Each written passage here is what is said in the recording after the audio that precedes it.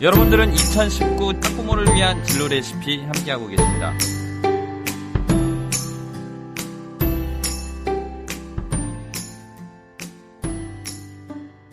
그러면 아까 박진희 멘토님께서 공연 내에도 다양한 분야가 그쵸. 있다고 말씀하셨는데 네. 조금 더 구체적으로 이야기 좀 해주실 수 있나요? 네, 한 공연이 완성되려면은 연출가뿐만이 아니라 다른 분야의 많은 사람들이 협업을 해야 하는데요. 대표적인 크리에이티브 팀으로는 작곡가, 무대 디자이너, 조명 디자이너, 음악 감독, 안무가 등등 너무나 많은 분들이 계시고요. 네. 네.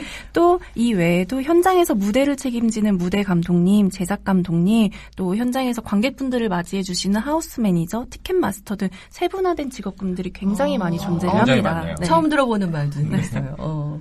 연출, 뮤지컬 감독만을 꿈꾸는 우리 자녀가 좀 더 넓은 시야를 가질 수 있게 그 시야를 확장시켜주는 대화를 많이 나누신다면 더 좋을 것 같다는 생각이 듭니다. 네.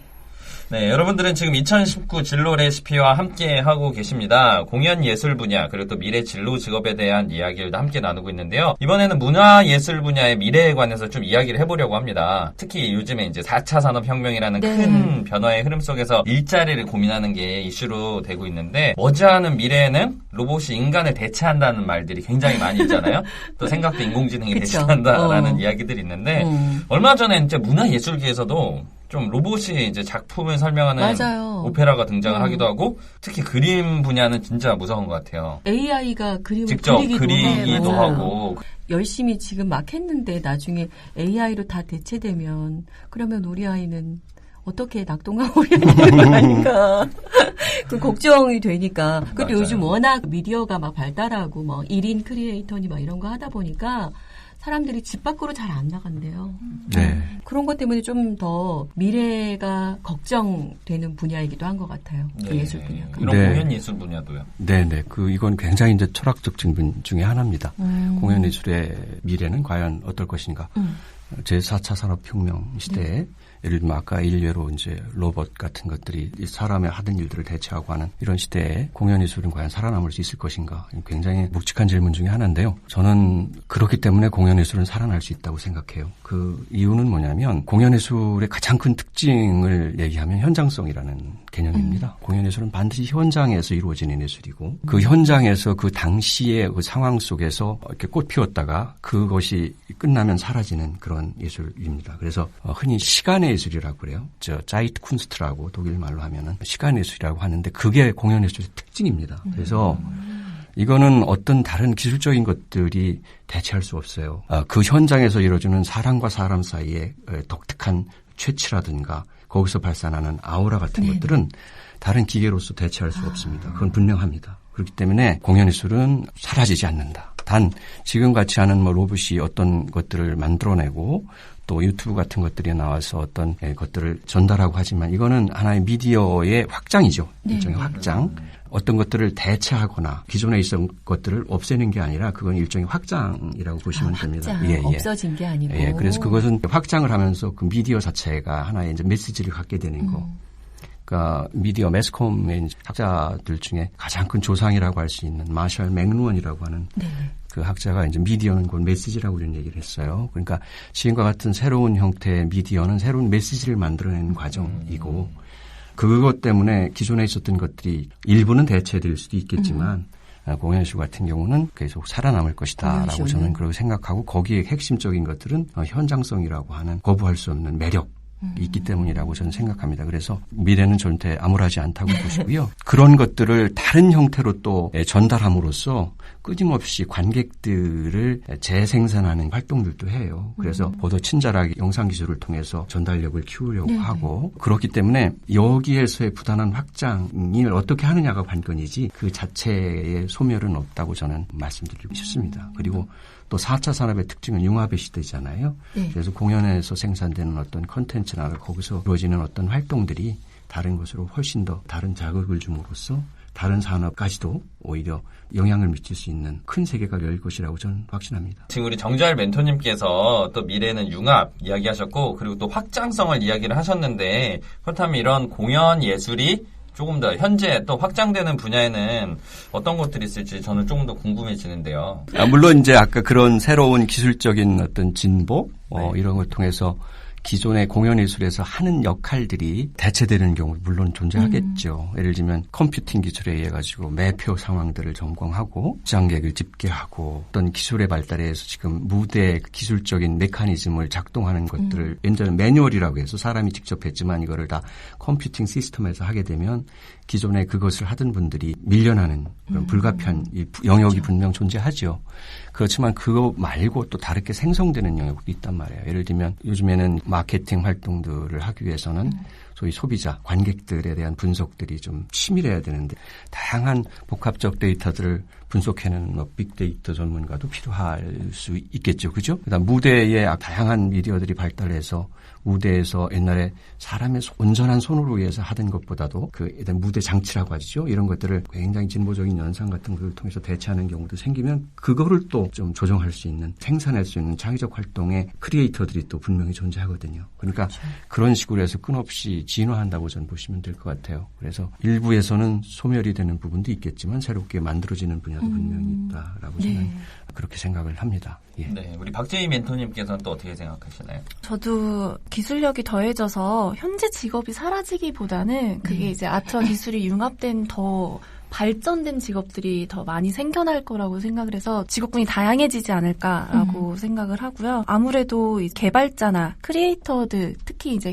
개인적으로 활동을 하시는, 직접적으로 참여를 하시는 크리에이터 분들이 많이 생겨나시지 않을까라고 생각을 하고 있습니다. 네, 감사합니다. 그러면 앞으로 공연예술 분야에서 지금 말씀하신 기술들이 다 쓰여서 새로운 직업들이 생긴다라고 이야기를 해주셨는데 또 미래를 더 전망하신다면은 대체될 수 없는 것들은 뭐 배우나 이런 부분들일까요? 어쩌면 배우도 대체될 수 있지 않을까요? 이미 로봇이 연기를 하는 부분이 이제 그래요? 네, 시도가 되긴 했는데 근데 아까 로봇이 하고 있어요, 연기를? 한 경우가 이제 공연이 있었어요. 무대에서? 네. 그래서 주인공. 영상을 찍고 이렇게 해가지고서는 물론 현장성이나 이런 것들은 조금 더 발전이 돼야 되겠지만 그런 부분이 생기겠지만 아무래도 이제 저희가 뭐 가수들도 가상 가수가 사이버 이미 가수. 사이버 가수도 나왔었잖아요. 네. 근데 여전히 저희 그래도 그쵸. 지금 가수들이 있는 것처럼 어쩔 수 없이 그 관객분들이랑 소통을 하고 감정을 교환을 해야 되기 때문에 로봇과 배우가 같이 연기를 할 수는 있어도 그 모든 것을 대체를 할 수는 없지 않을까라고 생각을 합니다. 저희 공연 예술에 관련된 이야기 계속해서 나누고 있는데요. 정자열 멘토님, 예술 경영이라는 말이 정말 멋있어 보이고 저 또한 예술 경영 다시 공부해볼까 하는 생각이 한 지금 맞아요. 방송하는 내내 들고 있는 생각도 드는데 예술 경영이 좀 구체적으로 어떤 일이고 또 어떻게 또 우리 멘토님 같이 도전할 수 있는 건가요? 아까 제가 언뜻 말씀드렸던 것 같은데 예술 경영은 생산자, 예술가라고 할 수 있죠. 그분들이 만들어내는 창의적인 생산품들, 작품이겠죠. 작품을 보거나 또 관람하는 소비자들한테 가치를 높이고 보다 친근하게 또는 보다 친절하게 이렇게 전달해주면서 문화 예술의 문제는 시장을 넓히는 거거든요. 이 시장을 넓히는 활동들을 매개하는 뭐 이렇게 중매쟁이 같은 역할을 하는 겁니다. 그래서 사실 이게 지금 우리 시각으로 보면 그건 당연하지 않냐 이렇게 생각하는데 불과 한 10여 년 전, 뭐 20여 년 전 뭐까만 해도 우리가 이게 분화가 되지 않았었어요. 그래서 예술을 생산하는 창작자들이 곧바로 소비자의 영역까지도 이렇게 확장성이 없었던 거죠. 그래서 만드는 사람이 곧 거기 아는 지인들을 통해서 소비되는 이런 아주 협소한 시장이었단 말이에요. 네.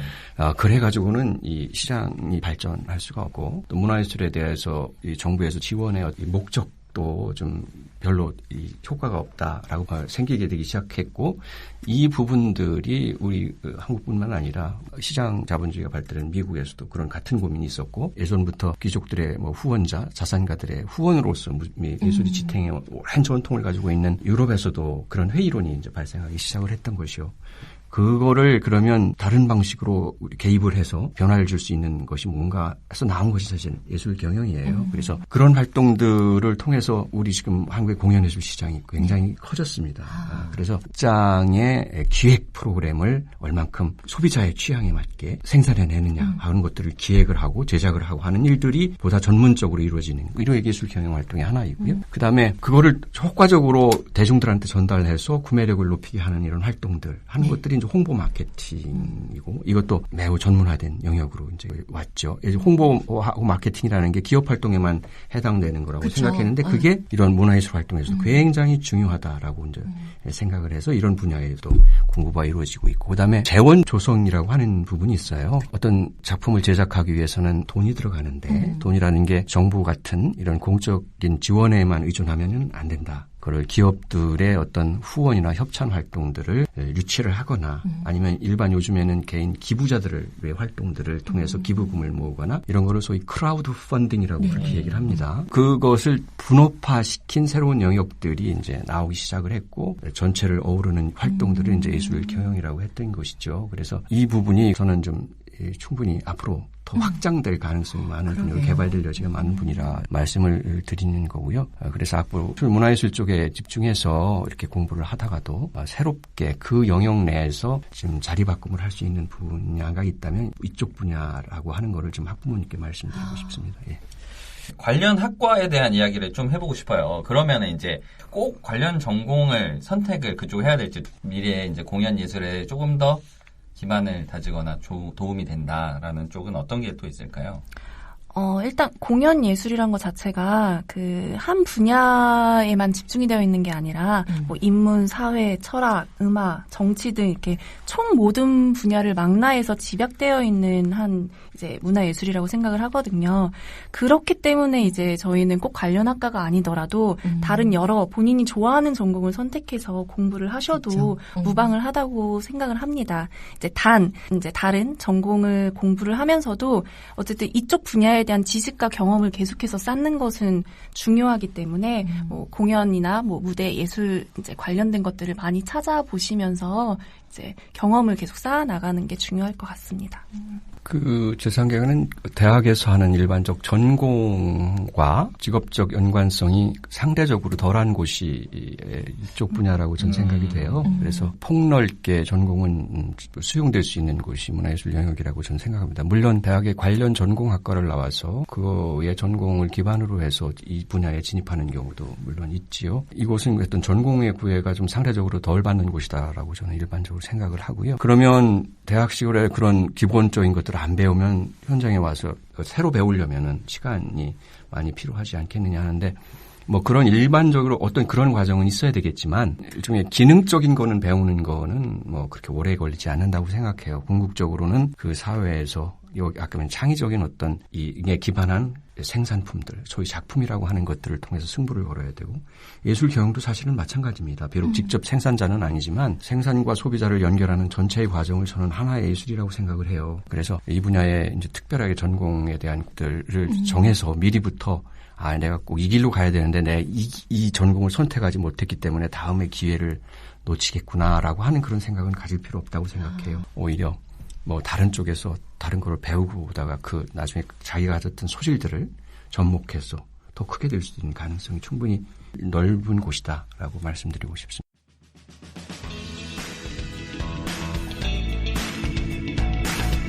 미래, 우리 자녀의 직업은 어떻게 될 것인가? 미래 직업 전망을 알아보고 진로 설계를 돕는 시간. 미래 진로 그날. 안녕하세요. 자녀의 미래 직업 전망을 알려드리러 온 여러분의 친구 한입니다. 기존 예술 영역은 음악, 미술, 무용 등 각자 견고한 고유의 영역이 있었어요. 그러나 점점 더 그 경계가 사라지고 있는데요. 미래 예술 영역은 그 경계가 무너지고 있고 예술 영역을 넘어 다양한 분야와의 조우를 통해 더 풍부해질 겁니다. 그렇다면 다양한 분야와 조우하여 새롭게 생겨날 문화예술 분야 미래 진로 직업에는 무엇이 있을까요? 먼저 예술인이 가진 예술 창작의 영역과 교사, 상담사, 사회복지사 출신 고령자들의 오랜 노하우가 결합하여 연극을 통해 내면을 치유하는 아트 커뮤니케이터라는 직업이 있어요.